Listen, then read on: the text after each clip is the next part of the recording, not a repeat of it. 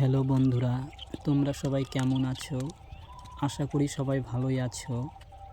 আজকে আমি তোমাদেরকে আমার যে কাজ, প্রতিমার কাজ, সেই কাজটি যখন করি কোনো দিন ভিডিও দেওয়া হয় না, তবে আজকে আমি এই ভিডিও দেওয়ার একটি পরিকল্পনা নিলাম।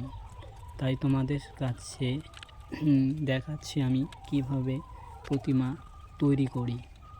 দেখো, প্রথমে আমি খড় দিয়ে এটা বানিয়ে নিয়েছিলাম। তারপরে মাটির একটি প্রলেপ দিয়েছি, আঠা মাটি।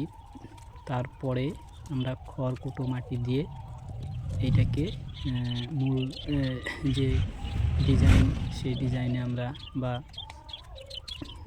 কালির অবয়ব গঠনটা এই মাটি দিয়ে করে নিচ্ছি। তোমরা দেখো, এইভাবে আমি এই কালী প্রতিমাটা তৈরি করে ফেলেছি। অর্থাৎ এই মাটিটা দেওয়ার পরেও কিছুদিন শুকোতে দিতে হবে। তারপরে আরেকটি মাটির প্রলেপ পড়বে, তারপরেই সে না পূর্ণাঙ্গ কালী প্রতিমা রূপ ধারণ করবে। এর অনেক কাজ এখনও বাকি আছে, যেমন মাথা লাগাতে হবে, আঙ্গুল, এবং পিছনে ব্যাকগ্রাউন্ডে একটি চালি থাকে, সেটাও আমাকেই করতে হবে। অর্থাৎ টোটাল কাজটাই যেহেতু আমার এবং আমাকেই সম্পূর্ণটা করতে হবে। আমার ছোট্ট একটি কারখানা, আমি লোক নিয়ে করতে পারি না, আমি নিজেই করি যা আমার সামর্থ্য, সেই অনুসারে আমি কাজটা করি। এই প্রতিমা তৈরি করা, এটাই হচ্ছে আমার তোমাদেরকে দেওয়া একটি প্রথম ভিডিও।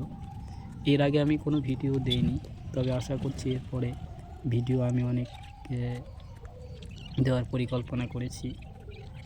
যদি পরিস্থিতি সেরকম থাকে তাহলে আরও ভিডিও দেব।